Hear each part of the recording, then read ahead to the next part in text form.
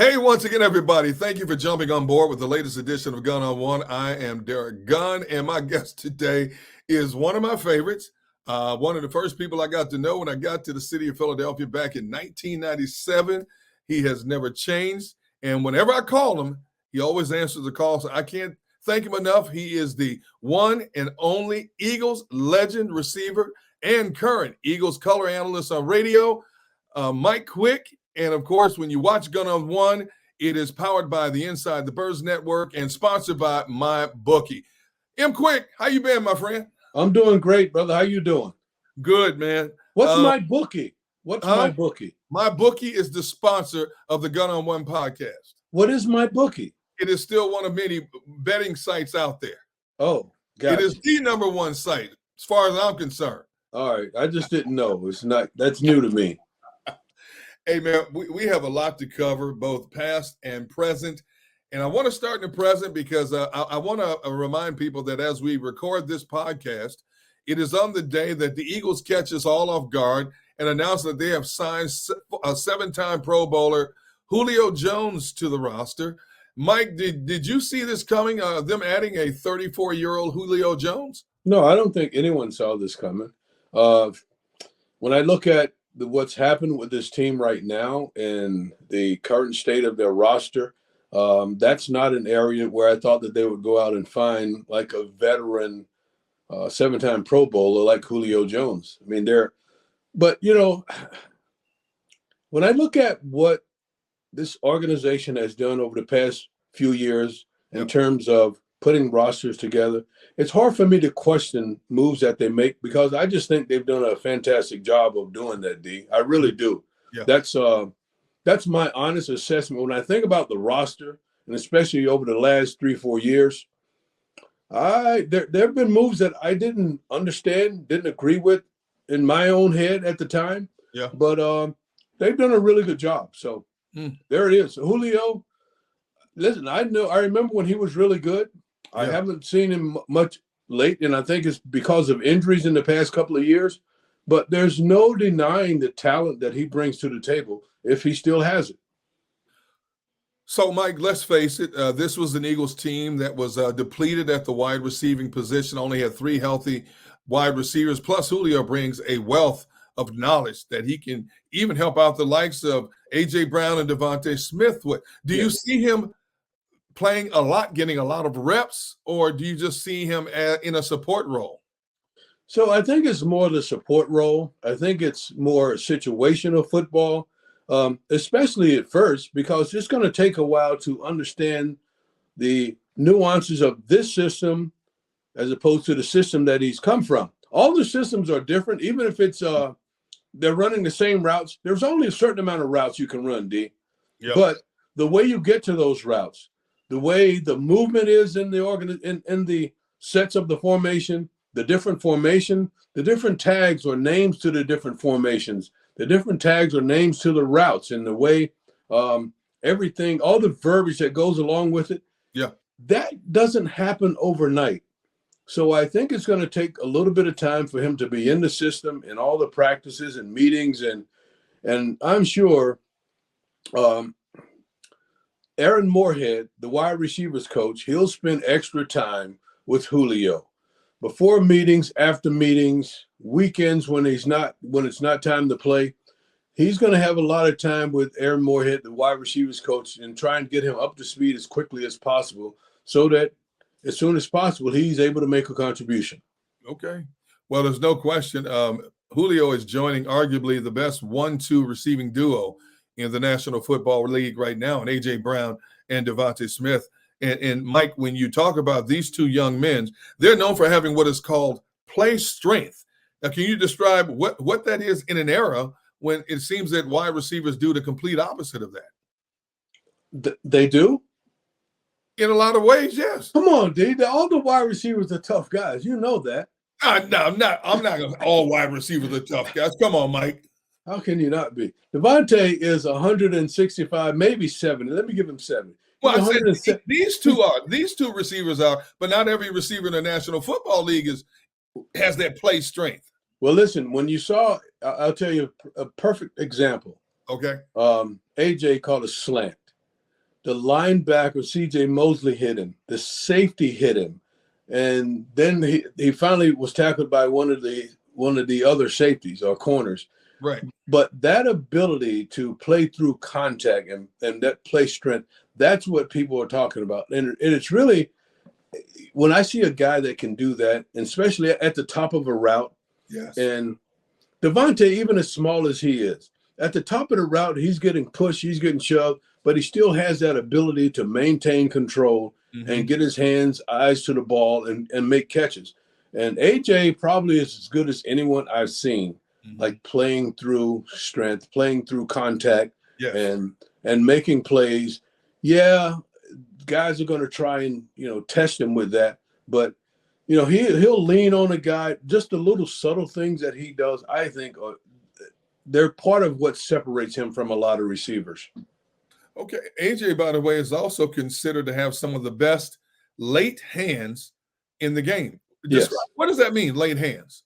Well, it's really not allowing the D-backs to know when the ball is there. D-backs nowadays, they don't always turn and try and play the ball and get interceptions.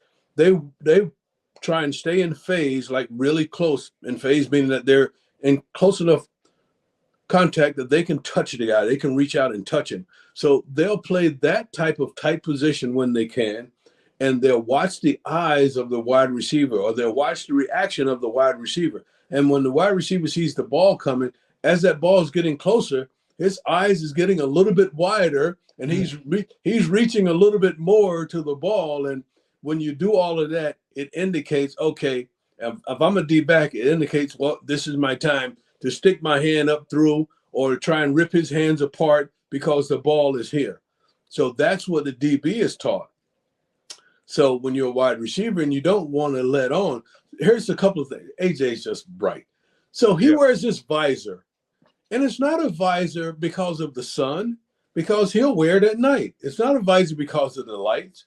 He wears the visor because he doesn't want guys to see his eyes and to see his reaction. So when the ball is coming down the tunnel and he's got his head back looking at the ball, the D-back is looking at him, he will just look without any real emotion and then just flick his hands out at the last instant to catch the football without cluing that guy that the ball is on its way, the ball is close to me.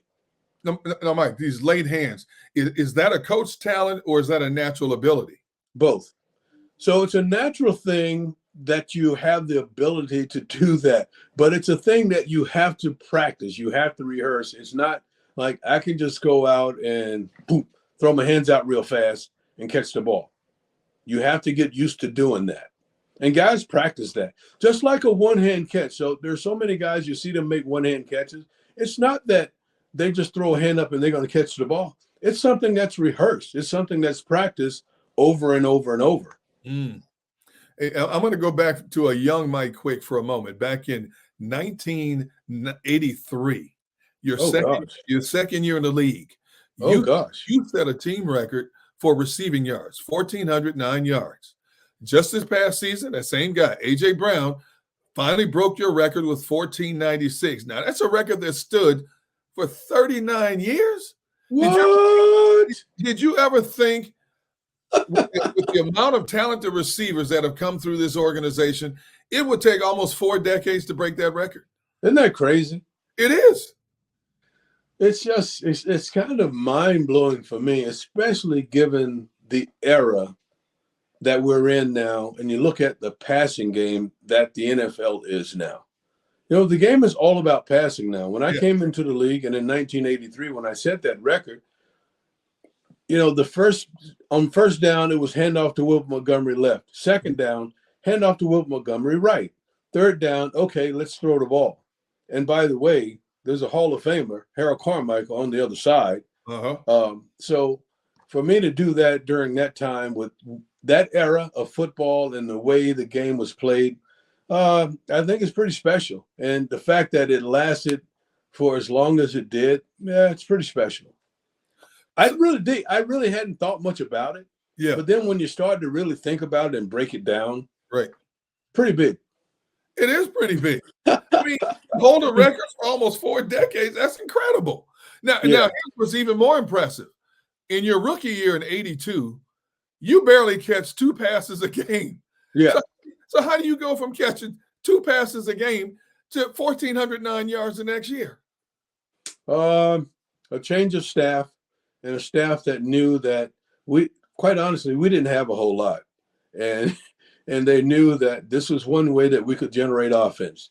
Jaws get the ball too quick, and we did generate a lot of offense that way. But it was just it was a different era. It wasn't like today where guys are getting targeted 18 times in a game and that kind of stuff. That would have been fun. Mm. All right. So now going back to that guy, AJ, again, he's currently number 2 in the NFL in receiving yards. Yeah. He is on pace to possibly end the year leading the NFL in receiving yards, something an Eagles receiver hasn't done since this guy named Mike Quick did back in 1983. Are you okay with relinquishing that bit of your history as well? So this is what I said to AJ. Yeah. I said, dude, and I just talked to him last week about this. It's funny you're talking about this now. I said, I have this record and it lasted almost 40 years. You come in and now it's gone. Look, and then the week before, you step on another one of my records. Like, it's like you come to town and now my records are falling like the rain. Like, what's going on? But you know what? I like that dude. Yeah. I like the way that dude plays the game. He's tough. I think he's just everything you want in a player. Because it's hard to play this game without being a tough man. He's a big guy. He's a physical guy. Yeah. He's not going to be intimidated. And I see guys try and do it in the secondary because that's what they do. It's a part of the war game out there. Is to try and get in a guy's head and try and intimidate him and try and just throw him off of his game. He's not that guy. They're wasting their energy and time trying to do that with him because it's just not going to happen. He's fun to watch, and it's been for me fun to get to know him, to be around him a little bit, and just to see him grow and operate. Talented guy, a lot of talent there, and I like the young man. Hey, speaking of guys you cannot bully mentally or physically, his wide receiving mate, DeVonta Smith, is he the best skinny or slight of build wide receiver you've seen in a long time or maybe ever? I mean, this dude is taking shots at it, putting some people out of games. He just gets up and keeps on playing, man. It's unbelievable how tough that guy is. Yes. To be in this league, if somebody see him just walk and say, oh, yeah, he's a great NFL player, you were like, are you kidding me? This little skin? But the guy is tough as nails. I compared him to AI, Allen Iverson, at one point, because, AI is just a little dude.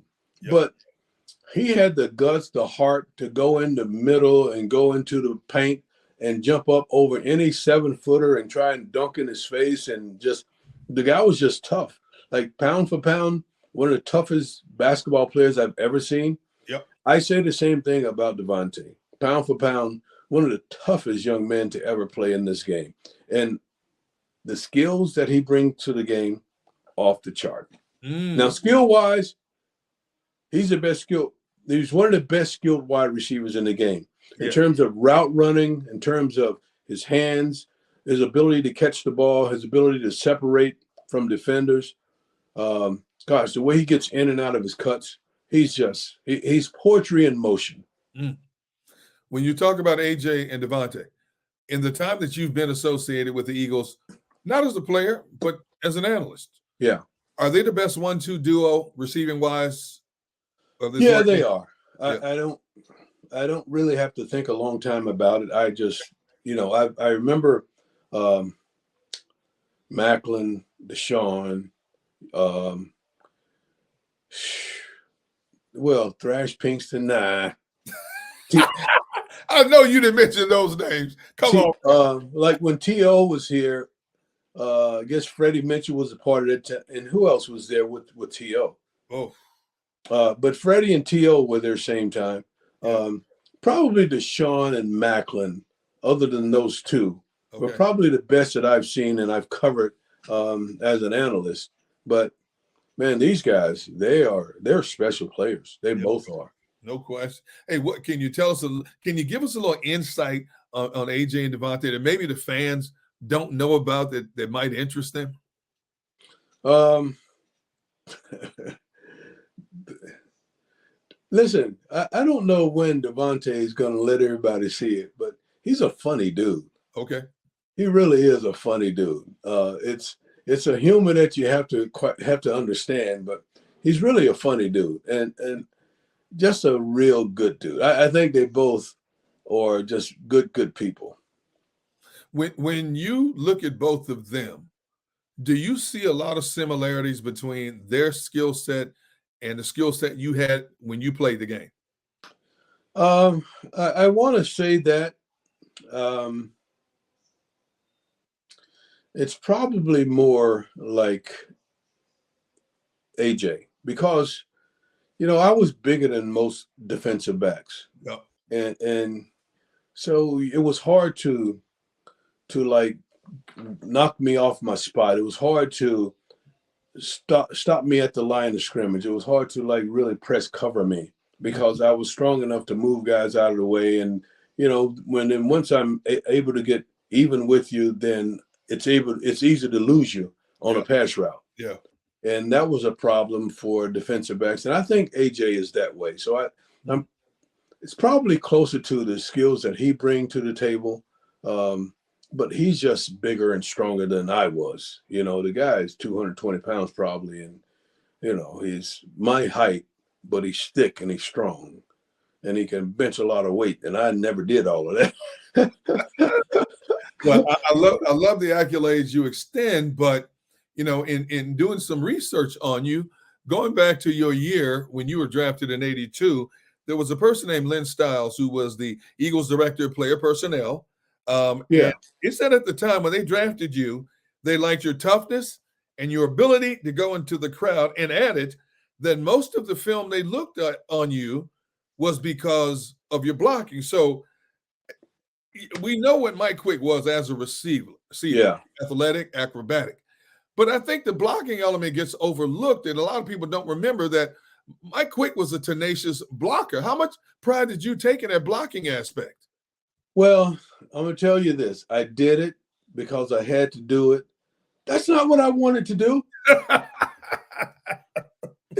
I was not in the game to go out and try and knock people over and block, but that's part of that. That's what I was asked to do. So Yeah. Coming out of North Carolina State, first of all, going to NC State, I didn't realize that it wasn't the type of offense that best suited my skill set. Okay. But I go to NC State, the coach who drafted me, the coach who brought me to NC State and signed me was Bo Ryan. Okay. And Bo Ryan, after my freshman year, got the head coaching job at LSU. He goes to LSU.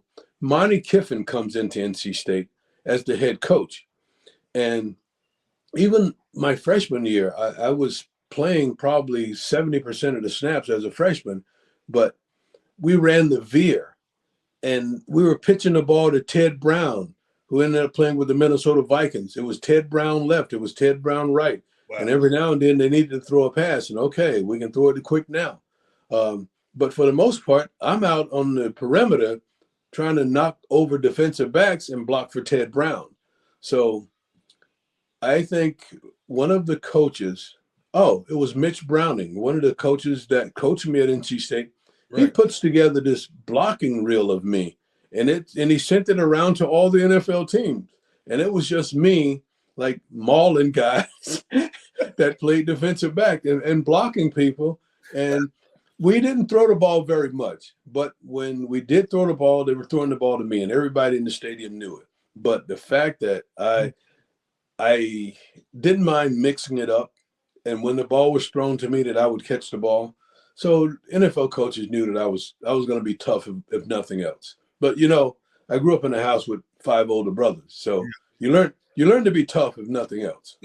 But as your career kept going, did you feed off of that, being physical, being physical and being a deep threat at the same time?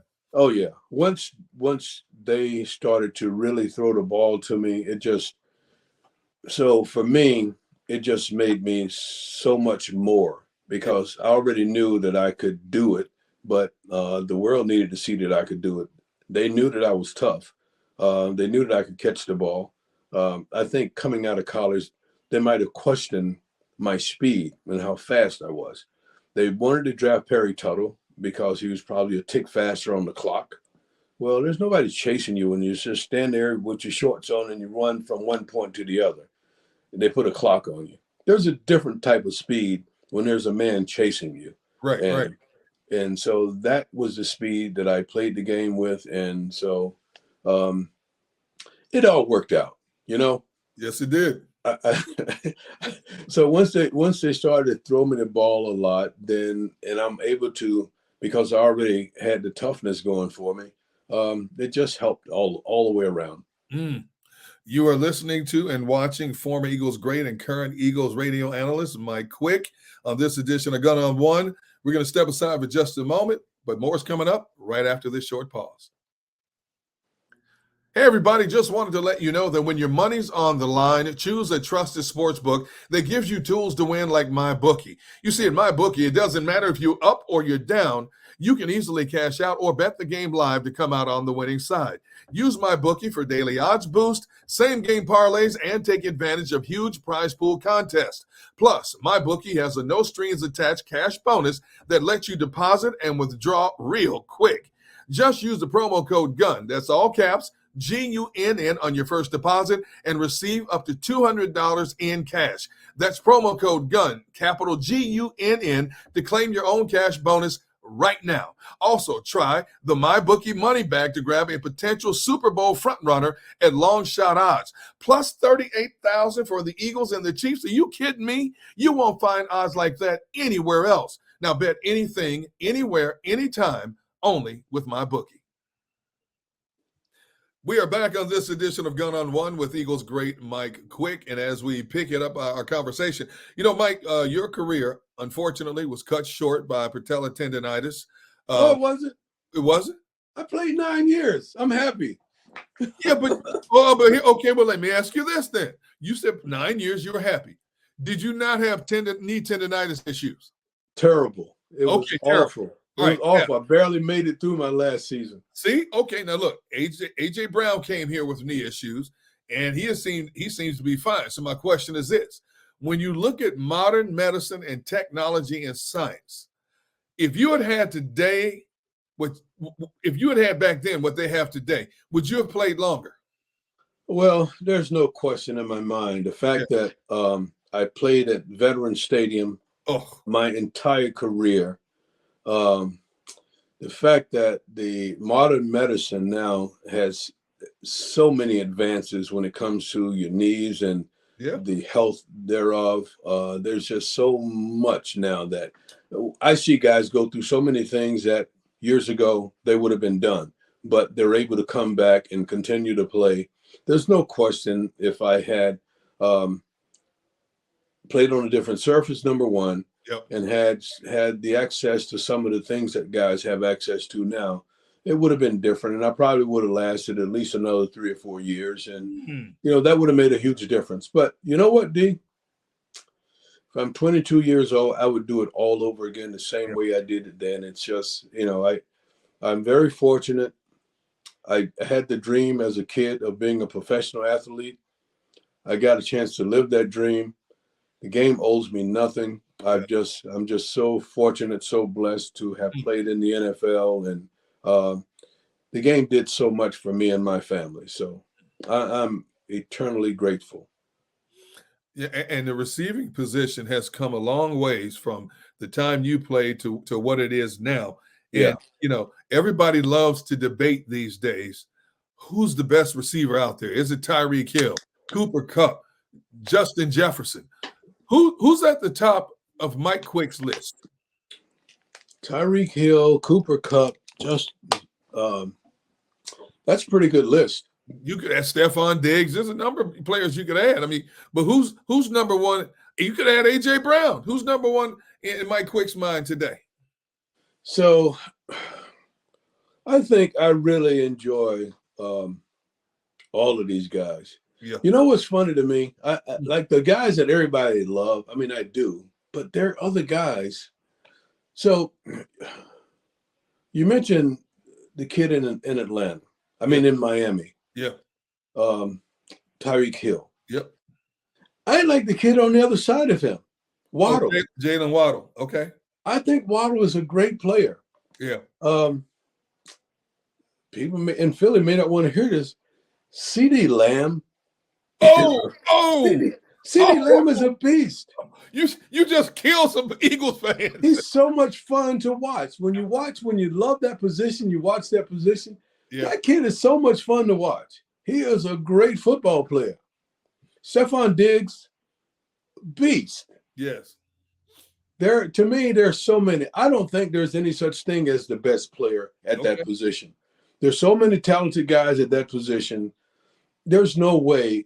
So, and then there's this debate, I'll take it a step further, about the greatest to ever play. Yes. And many say it's Jerry Rice. Yep. I think Rice was a great, without a doubt, he was a great receiver. Is he the greatest? I don't know if he's the greatest. I think I like Randy Moss' skill sets even more than I like the skills of Jerry Rice. Okay. I think if Randy Moss walks into San Francisco and is in that same system, I think his numbers are even bigger than Jerry's. The one thing that I learned in that system that they had in San Francisco is that it was a little bit ahead of time. Yeah. And I played in the Pro Bowl several times with Joe Montana in that step. So in the practices at the Pro Bowl, I remember running routes and turn, and the ball is just like almost floating right to your hands. You don't break stride. You just catch it and continue to run. You catch it on the run. Then that's a big, big deal. Right. Catching the ball on the run at the timing that you have to see people that are out in front of you, that's what Rice was afforded. And when you have it like that, there's so much you can do. Yeah. I just, yes, he was one of the greatest ever. But if you put me against a wall and you make me pick a guy, I'd probably go Randy Moss. Wow. You're not the only person I've ever heard say that, by the way, about Randy Moss over, but it's interesting, because I think we base the greatest on who had the most receiving yards, the most touchdown catches. Yeah. There's other attributes that people overlook in a lot of ways. I completely agree with that. Oh, I didn't mention Megatron. Woo! Oh, my goodness. Ooh. He was so much fun. Good grief. It's a shame his career came to an end when it did. Yeah. Yeah. Well, I mean, but arguably right now, a lot of people, when you ask that question about who's the best, the name Tyreek Hill immediately comes out. And, of course, this Eagles team will get an up-close and personal look at him on Sunday night at Lincoln Financial Field. And currently going into week number 7, he leads the league in receiving yards, touchdowns, yards average per game, and yards after the catch. Yeah. Your thoughts on what he brings to the table, and is his skill set second to none in anybody in the league? Well, I'll say this. The guy can flat out fly. I don't think anybody can run as fast as this kid runs right now. And look, listen, he can do it in shorts. He can put on the pads in the helmet and still run at the same speed. He's just so fast. He's faster than everybody on the field. They know how to use him, first of all, but his skills are just off the charts. When he catches the ball, his ability to just run by people, and he knows he's faster than everybody, and that just makes the game fun for him. Mm-hmm. And he's going to challenge that many times when he's on the field. He wants to show you that he can outrun you. So he catches the ball. So they like to run him on these dig routes, on the inside cuts. Mm-hmm. They'll have him on the outside, and they'll motion it a lot. Get him outside. The guy on the inside run down the field to run the coverage off, and then he cuts in underneath him on an end cut. And when he catches the ball, he's looking around, and you may think you have an angle, and then he just shows you his burners, and he's just so fast. And he's not a great, like when you watch him catch the ball, he's not a pure hands catcher. Right. But he can catch it, but he'll grab it all sorts of ways. He's not like Like a lot of these guys are just so smooth with their hands. Like like DeVonta. See, DeVonta's hands are so good. He's so smooth with his hands, catches everything with his hands. This guy will catch it, and he's got his arms wrapped up. He'll just catch it any way he can, but he does catch it. But after he catches it, that's when the fun begins. He's not the greatest route runner, but because of his speed, he's still. And I don't think he doesn't run all the routes on the route tree. But but the ones that he runs, oh my goodness. He runs so fast. I don't know if he can really stop and come back on an outcut, like on a real sharp angle, the way we'll see DeVonta run these angle cuts. He doesn't run those kind of cuts. He runs like rounded cuts. But boy, he's so fun. He's so special to watch. You can put two guys over the top on him. You still can't cover him. Doesn't matter. I've seen teams try to put three people on him and can't cover him. Yeah. And then, if they're smart, and I saw Andy Reid do this, and I don't know how much they do it down in Miami, but they would give him options. Wow. You put that dude in a zone situation and you give him options, and he'll press one side and just run away from leverage, and he's fun. He's fun to watch. I've been watching receivers all my life, and this guy is as fun as any of them to watch. You've been watching receivers all your life as a player, as an analyst. Have you seen anybody who can cut on a dime the way he does and not lose speed doing it in the process? No, he's special that way. Mike, I'm going to quickly go back to the past game against the Jets. I didn't think there was anybody in the league that could hold this Eagles offense to 14 points. But as we know, on any given Sunday, strange things happen.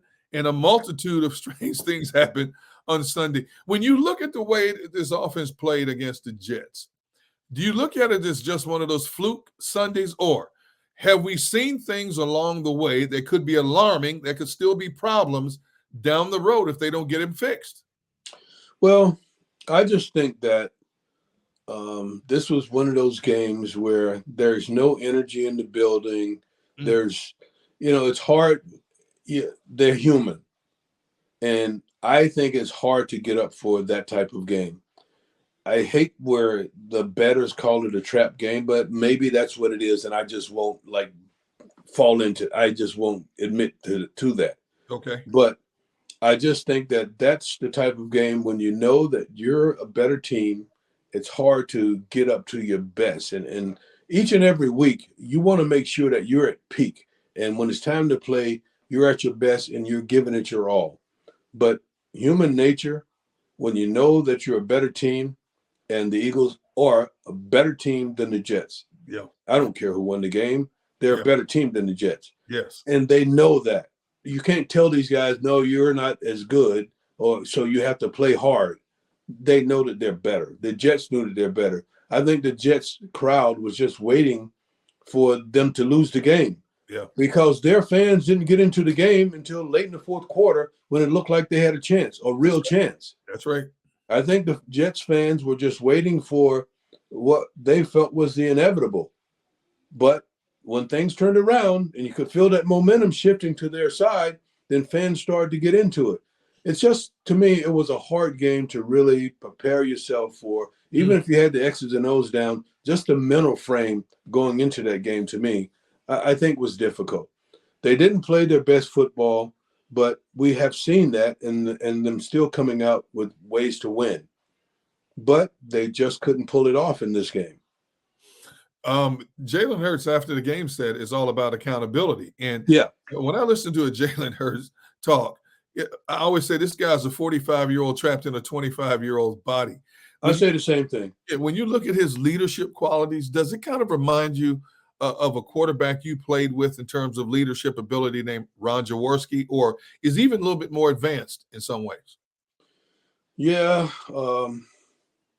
I felt like Jaws was advanced because I was just a young kid and, I'm just wide-eyed and just trying to take it all in. Okay. But this kid just seems like someone who's very mature at a very young age. That's what I would say. He's different in that he seems to be business-like all the time. Yeah. He doesn't seem to like, just loosen up and have some fun. Right, I right. don't see that in him. He's about his business. When he goes to work, he's about his work. And I don't know, I guess you have to appreciate that. But he is about his work. Mm. Eagles legend, radio analyst, Mike Quick, you are officially off the Gun on One clock. I can't thank you enough for allowing me to damage your dinner time, as you were so eloquently reminded me before we take this podcast. Dang, man's got to eat. You and But I hey, both, sir. hey, man, it's fun to be on Gun on One. It's been a long time. I'm glad you finally invited me back in. It's always good to chop it up with you, sir. I appreciate you, brother. And I got bad news for you. I'm sure I'll be calling you again down the road to do some more football chatter, man. Anytime. All right, brother. All right. Yeah, Be well. All right, you too, my friend. That is going to wrap up this edition of Gun on One. Everybody, thank you for listening and watching in. Of course, Gun on One is powered by the Inside the Burst Network and is sponsored by MyBookie. So for Mike Quick, I'm Derrick Gunn. Until next time, so long.